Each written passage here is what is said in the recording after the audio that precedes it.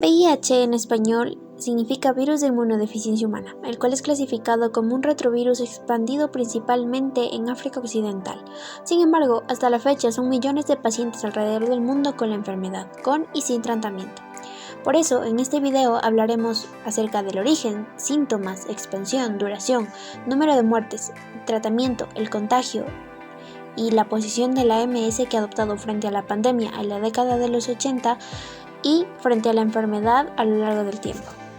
Los primeros aparecimientos de lo que hoy conocemos como VIH-Sida se dieron en la República Democrática del Congo en 1920, esparciéndose por el mundo en los años 60.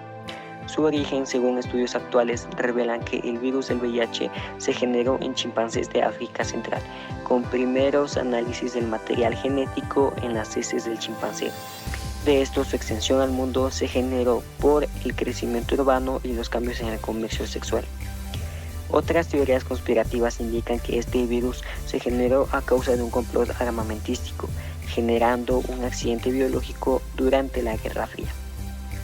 El virus causante del síndrome de inmunodeficiencia adquirida fue creado artificialmente en laboratorios por científicos estadounidenses, según declaraciones de 3 especialistas publicados en el periódico británico Sunday Express.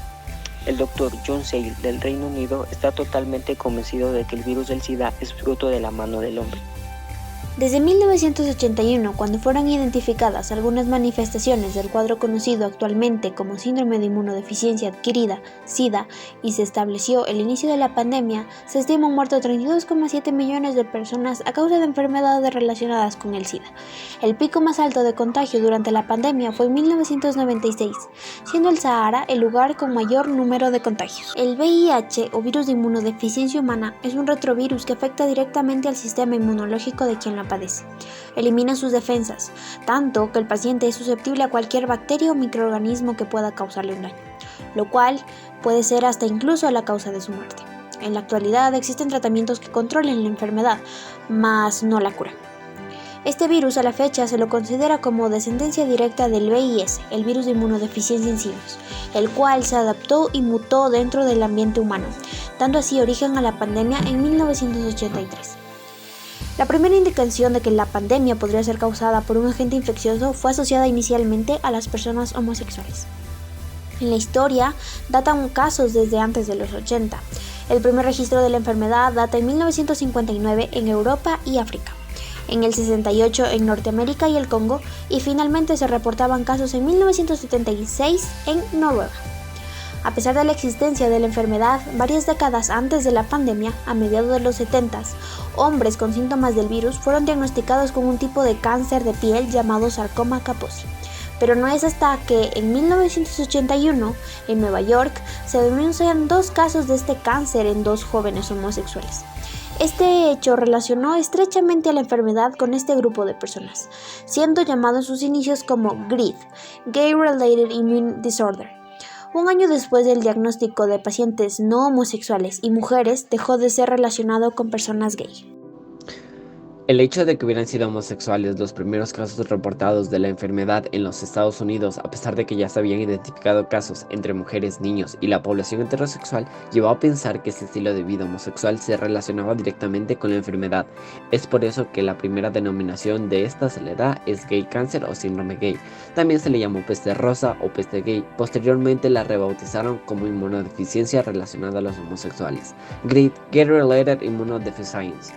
Esto fue desechado al observarse un aumento en el número de casos entre otros grupos poblacionales. Por tales motivos se le comenzó a llamar la enfermedad de las 4 H's: homosexuales, hemofílicos, heroinómanos y haitianos. Pronto se llegó a comprobar que se trataba de un contagio fortuito y que la enfermedad no entendía de razas ni nacionalidades. Sin embargo, se observó que el síndrome era común a distintos grupos: drogadictos endovenosos del sexo masculino y femenino, hemofílicos y quienes habían recibido transfusiones y o productos derivados de la sangre, mujeres cuyas parejas sexuales eran hombres bisexuales y niños nacidos de madres enfermas o con historia de drogadicción endovenosa. Algunas de las personas infectadas por el VIH desarrollaron una enfermedad parecida a la gripe entre 2 y 4 semanas después de que el virus entrara en el cuerpo. Esta enfermedad, conocida como la infección primaria aguda del VIH, puede durar unas pocas semanas. Estos son algunos de los posibles signos y síntomas.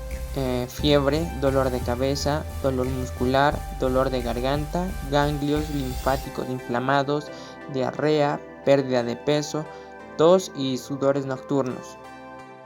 Pero gracias a los mejores tratamientos antivirales y el pasar del tiempo, el SIDA tuvo una evolución en la que tenemos como signos y síntomas dolores, escalofríos, fiebre recurrente, diarrea crónica, ganglios linfáticos inflamados, manchas blancas persistentes o lesiones inusuales en la lengua o en la boca, fatiga persistente sin causa aparente, debilidad, pérdida de peso, erupciones cutáneas o bultos. A partir de la pandemia del VIH, la ONU creó un programa llamado ONU-SIDA. El Programa Conjunto de las Naciones Unidas sobre el VIH-SIDA es un programa de las Naciones Unidas destinado a reforzar la capacidad de los países para responder eficazmente a la epidemia de SIDA y así coordinar las actividades de los distintos organismos especializados de la ONU en su lucha contra este.